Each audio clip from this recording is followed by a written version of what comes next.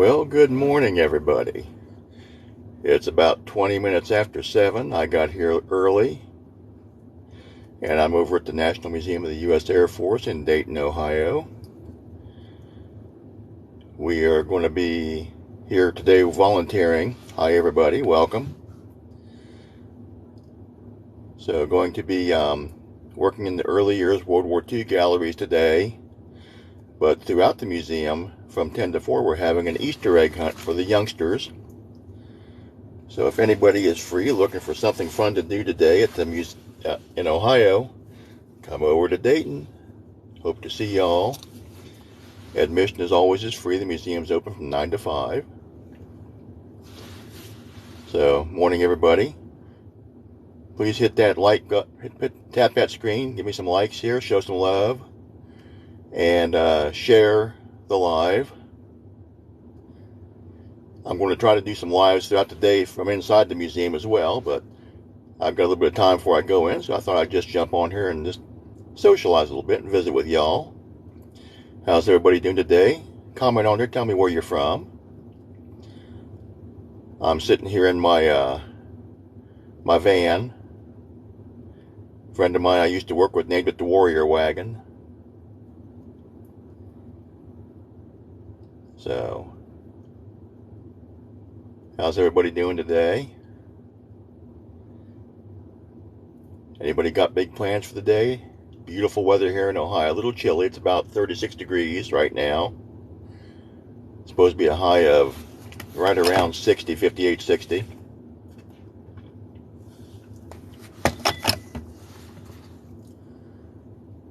So I figure I can probably stay on live here before I go in for about a half hour or so and just kind of hang out and socialize and shoot the breeze, answer any questions you might have about the museum or about Ohio or just about things in general. Only thing that I ask is that you be respectful. No attacks on anybody. No nonsense, no hatred. I don't tolerate it, won't put up with it. So, hi everybody. Where's everybody from today? Don't be bashful. I'm from Pataskala, Ohio, but right now I'm in Dayton. It took me a little bit over an hour to drive over here. It's normally about 90 minutes, and I tried an experiment. I just set the cruise control on exactly the speed limit. Spot on the speed limit. And it took me exactly 4 minutes longer than it does if I run 75 over. Hello to Kentucky.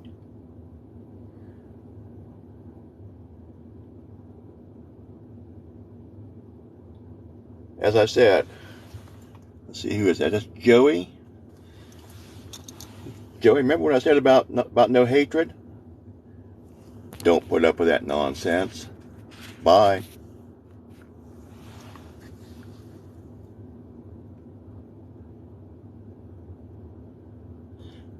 I am from Pataskala, Ohio. Right now I'm in Dayton, Ohio, over at the National Museum of the U.S. Air Force. I'm Ohio born and raised. I was actually born in Marietta, Ohio. If it wasn't for the Ohio River and Front Street, I'd be a West Virginian. Good morning, Miller. You as well. It is 7:23.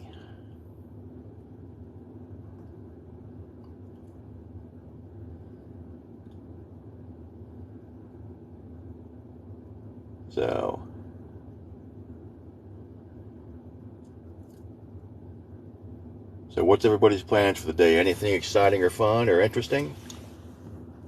Or all the above?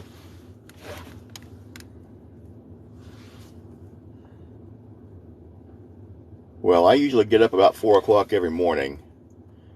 I've got a cousin in Missouri. He's actually restoring the 1941 Farmall Model A tractor that I learned to drive on. So we kept it in the family. It's been in the family since 1961, I believe.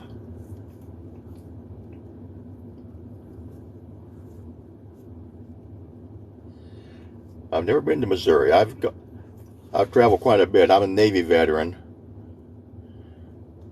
But my active duty, I spent 3.5 years, my 4 years active duty at Naval Air Station Meridian, Mississippi. I ran the transient flight line, which is basically any aircraft that comes in that's not attached to a squadron or the base comes to the transient line. So I serviced them with fuel, mechanical necessities, any mechanical issues. So in 3.5 years, I was qualified to work on 80 different types of aircraft. And I worked on about 30% of the types that are in this museum here behind me. It's the old... I'd rather volunteer at the Naval Aviation Museum in Pensacola, Florida, but that's a little bit more of a drive. But we're the oldest and the largest military aviation museum on Earth. This year marks 100 years that we've been open, or been in existence. They started out as an engine test station in 1923, where they would evaluate engines captured in World War I. And then, as the years progressed, it moved to Wright Field, which is now Wright-Patterson Air Force Base, where I'm at. And Wright-Pat is still a very active base for logistics, squadrons, research and development.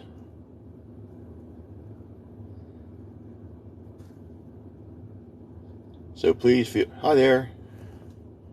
Please feel free to share the live, and follow. And I also have a YouTube channel where if I do a live video and you miss it, I actually repost my lives on my YouTube channel, which is at Bill_H. So please feel free to go to my YouTube channel and subscribe. On there, I've also got music videos because I do karaoke. I'm classically trained in voice. I do cooking videos, just other things I find interesting. Hopefully somebody else will too, so just do it for the fun. So hi there. Sorry, my glasses are due to be changed, so I'm having trouble reading that far away. Is that Ramo? And I apologize. Sometimes I put the emphasis on the wrong syllable.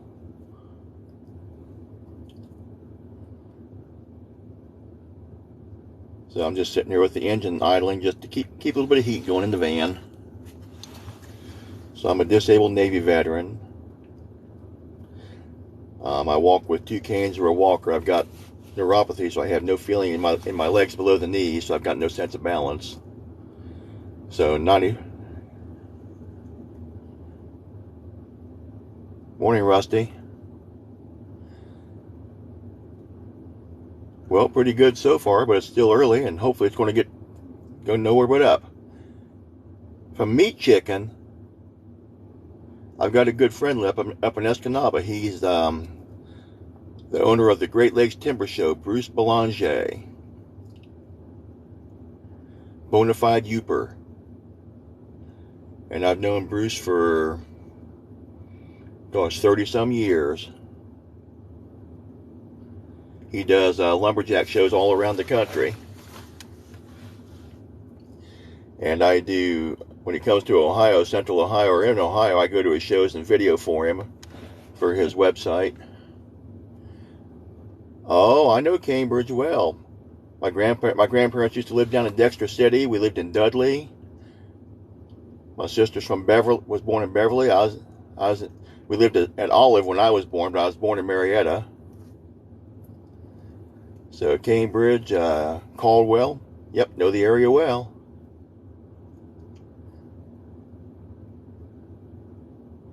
Absolutely. Kimballton, yep, know exactly where it's at.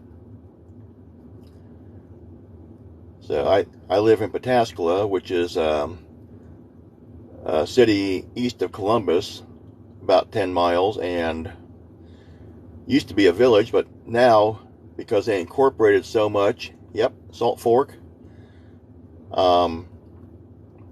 they incorporated so much area that Pataskala is the 3rd largest city in Ohio by land area. Believe it or not. And Patapsco is an old Indian word. It means shining waters because it sits on the fork of the Licking River. But what's interesting is the fork it sits on is called the Muddy Fork.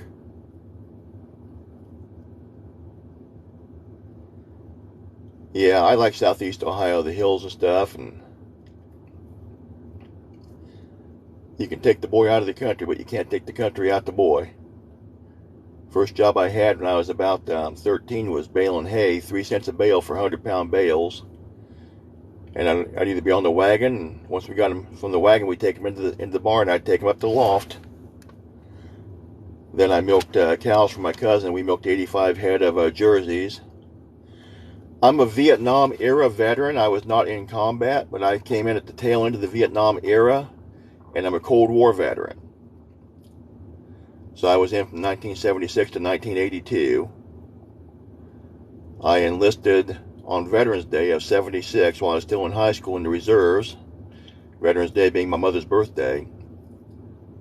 And then the following year in 1977, I graduated from high school, vocational school, basic training, and Navy Jet Mechanic School, all 4 within 8 months. And I turned 18 in boot camp at Great Lakes.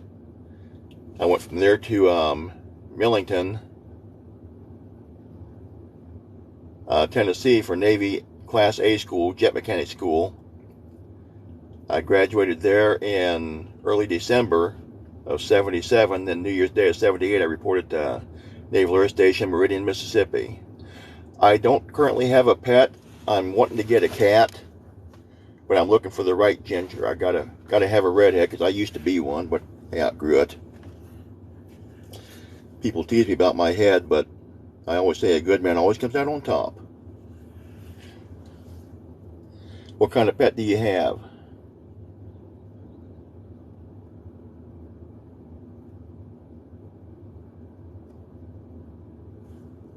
Hi, everybody. Some of our volunteers are starting to trickle in here. The museum here takes no taxpayer dollars. We're funded solely by donations.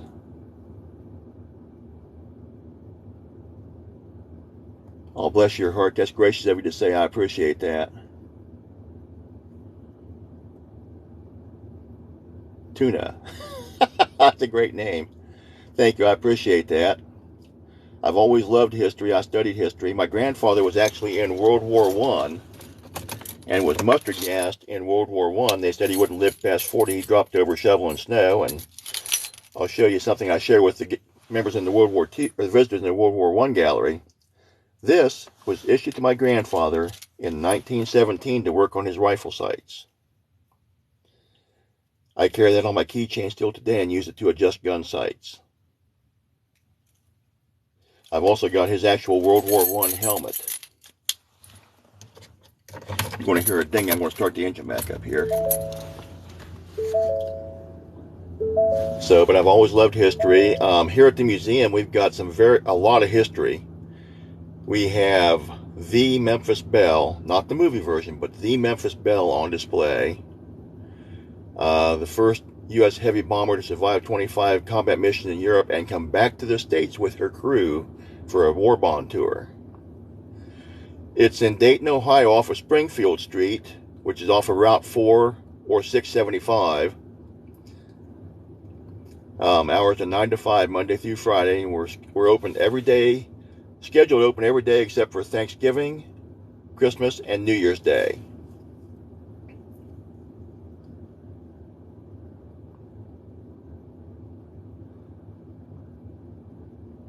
Oh, nice. Yeah, I love to cook, as it shows. I tell people one rule of life is never trust a restaurant with a skinny chef.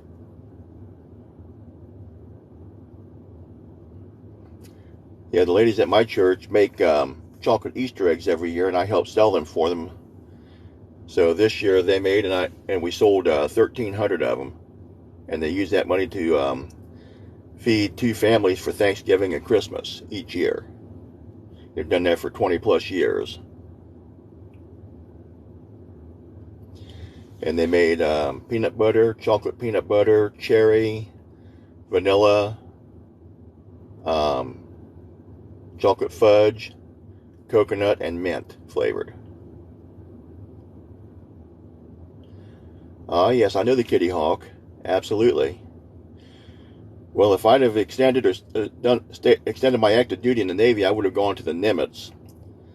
I was scheduled to go to the Nimitz 6 months before my end of my active duty, but since it was less than a year, they just extended me at Meridian and left me there because I was running the fastest transient flight line in the United States in any branch of the service. We would average 6 minutes from wheels down to wheels up for an aircraft on the transient line. That would be fueling, hydraulic service, engine service, oil, tire pressure, liquid oxygen, anything that they needed. Our average turn was 6 minutes. And that could be anything from a little O2 Cessna Skymaster. Absolutely, I know periwinkle blue, a kind of very light purpley blue. I went to Ohio State in the mid '80s and majored in photography. I used to have my own photo studio. I went to Mississippi State while I was in the Navy and studied classical voice. I used to sing opera. I've had my own bluegrass band. I do a lot of karaoke. I have a karaoke ministry. I go to nursing homes and do shows. I have a 2-year degree in computer programming that I got in 2013. My dad started me working on cars with him when I was 8. I've worked on cars, small engines, bicycles, farm equipment, diesel trucks, jet aircraft, and I had done pretty much all that by the time I was 18 and through the years. I ran a bicycle shop. Matter of fact, we have the B-29 here at the museum boxcar, which is the plane that dropped the second atomic bomb on Nagasaki, but Enola Gay was piloted by Paul Tibbets, who lived in Bexley, Ohio. And I ran a bicycle shop and I used to sell him bicycles for his grandchildren. So I knew the pilot of the Enola Gay.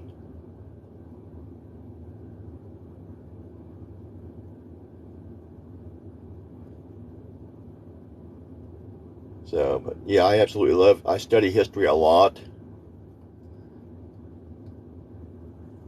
Chartreuse, absolutely. Chartreuse is a very vivid green.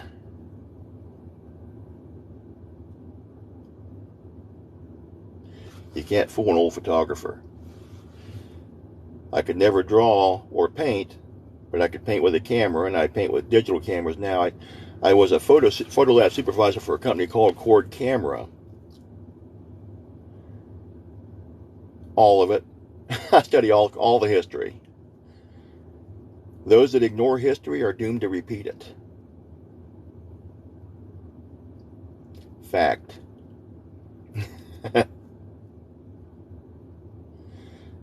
But I know I like a lot of World War II, World War I history. That's why I enjoy working in these galleries here at the museum. I do a lot of volunteering. I drive about 100 some miles once a month to come over here and volunteer. At our Ohio State Fair, I volunteered up there for 25 years with the Division of Forestry. During the fair, they have a Smokey Bear that's 15 foot tall that's talked to the kids since 1964 about fire safety. And I did the voice for 21 years. We talked to about 3,000 kids a year, and I knew them all by name. And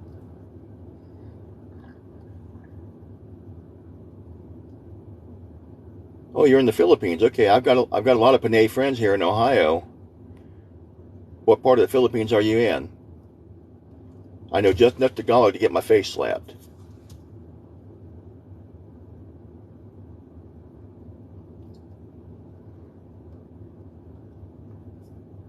But anyhow, we talked about 3,000 kids a year at the fair, and I knew them all by name. Oh, okay. Yeah, I know a lot of Filipinos and Filipinos from karaoke, so something I learned about karaoke. The first rule of karaoke is bob and weave. It's hard to hit a moving target. Second rule is it's okay if people laugh as long as they don't point.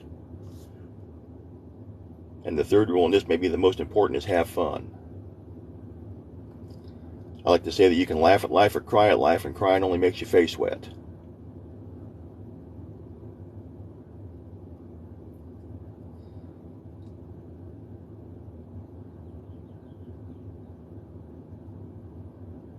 So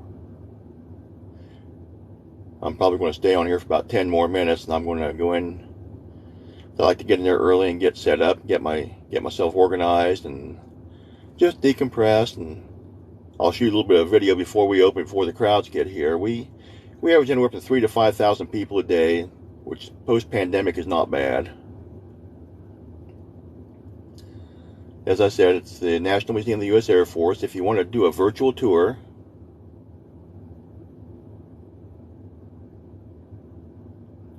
I'm not too afraid of too many bugs because I'm bigger than most of them.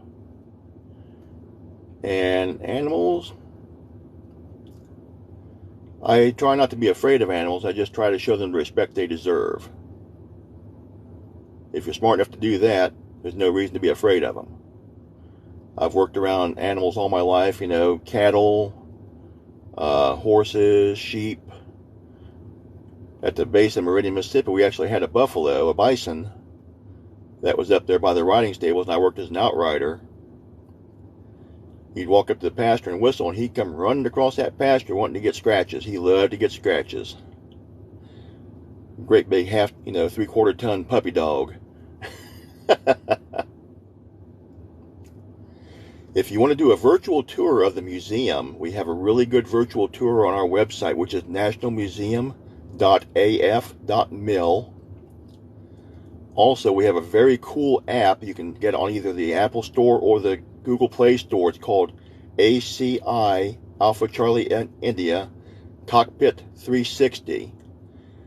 And that is an app that lets you see inside over 116 of the aircraft in the museum here.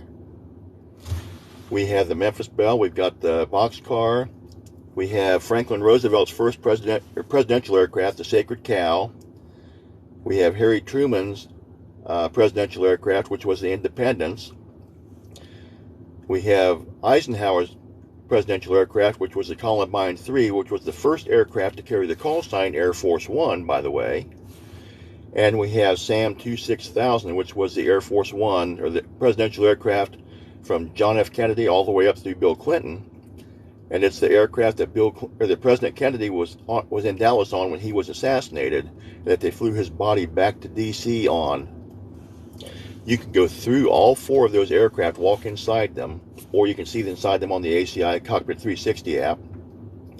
And on SAM 26000, you can actually see where they cut the rear bulkhead to get President Kennedy's casket up onto the passenger deck, because Jackie would not let them put it in the cargo hold.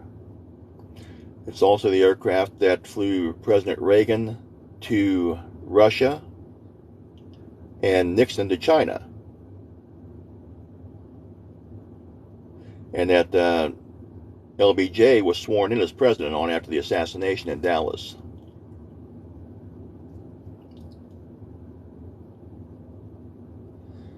We have the only remaining XB-70 Valkyrie bomber, which was a prototype bomber. There were two built, a Mach 3 nuclear bomber. One was lost in a crash, but the remaining one of those is here.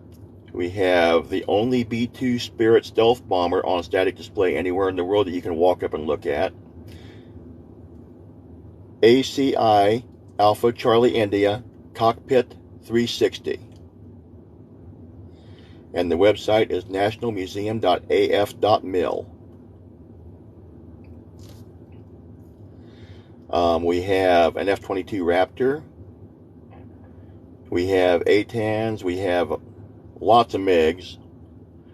We got F-15s. We have SR-71 Blackbird. We've got F-12. We've got YF-23 lifting bodies. We have the crew compartment trainer that every space shuttle astronaut that flew on a mission trained in here.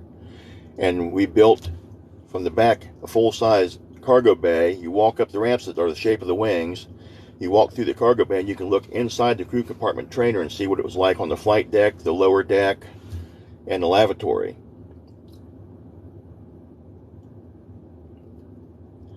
I have not trained yet to do the tours. I just volunteer. I qualified in all the galleries. We have 4 buildings. We have between 19 and 20 acres under roof with over 350 aircraft and vehicles on display. But whatever gallery I'm working in, I'm there available to answer questions. We rotate stations every half hour. And I'm at the museum to answer questions and just kind of share. And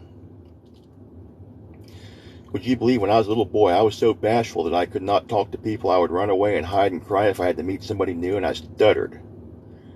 I took speech therapy all the way from kindergarten through 6th grade because I stuttered. And I started singing in 5th grade in choir in school. And as I got up, I got through it with the grace of God, and I got into music. And in high school, I actually competed in public speaking in FFA, Future Farmers of America. So, but I'm going to be doing the docent training probably in May, where I'll be able to do tours. But what's funny is, volunteering here at the museum, I haven't done the voice for Smokey Bear since 2019, but there's been numerous times here at the museum that people have recognized my voice. They're like, "What radio station are you on?" I'm like, "None." They're like, "Well, we've heard your voice before." I said, "Well, have you ever been to the Ohio State Fair?" And they're like, "Yeah." And I tell them about doing the voice for Smokey. They're like, "Oh my God, that was you." So I've had a bunch of people recognize my voice. People say I've got a voice for radio. I say I've got a face for radio.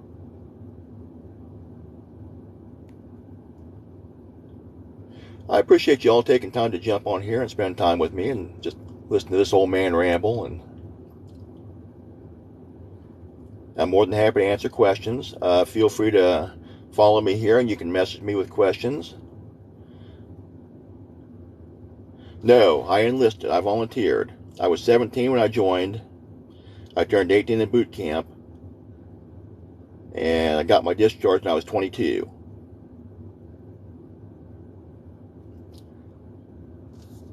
So the draft had been done away with by the time that I went in, and I never had to register, because by the time I got out, they had the registration for selective service, but since I was a veteran, I didn't have to register.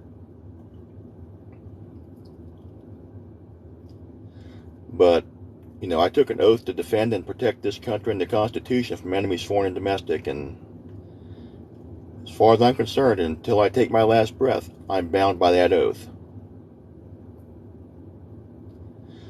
A lot of my veterans and I feel the same way. This isn't the America that we fought for. But we don't intend to lose her without a fight. I enlisted in 1976, went active in 1977, was active from 77 to 81, got my discharge in 82. Fun fact, what does the word Navy stand for? Never again volunteer yourself. Yes, they have, and not necessarily for the better. I know I get my care through the VA, and I've been waiting since December to get my left shoulder looked at where I fell in December, and they keep pushing me back. Now they're saying it's going to be at least 6 more weeks before they'll even get me in to look at it. Ah, yes, I know the Midway well. Who knows what? Anybody know what the word Army stands for? Ain't ready for the Marines yet. And of course there's USMC, Uncle Sam's Misguided Children. We never bother with the Air Force, we just call them the Chair Force. And of course the Coast Guard, we always called them the Shallow Water Sailors.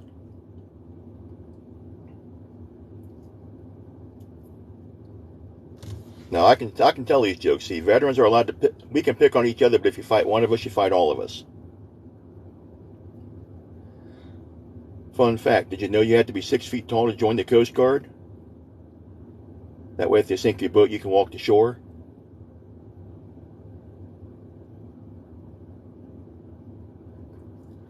Yeah, my ASVAB scores, they wanted me to go on submarines. I said, I'm not going on any boat that you build to sink. So I went the other way. I went into aviation. They said, we'll guarantee you an aviation A school. I said, well, I want to work on engines. So, well, we can't guarantee that, but that's what I got. My rate was aviation machinist mate. I was in the last class in 1977 that got rated on recip and radial engines. Every class after me was only trained on jets.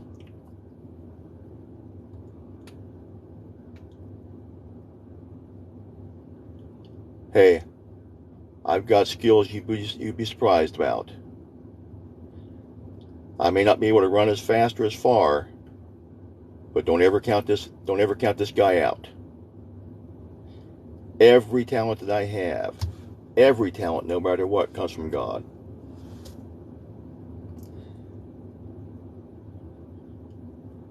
I'm a National Distinguished Expert Marksman through the NRA, which is the highest ranking that they give. And I've done 10-shot groupings from 25 yards out with a handgun and covered all 10 with a 1-inch guitar pick.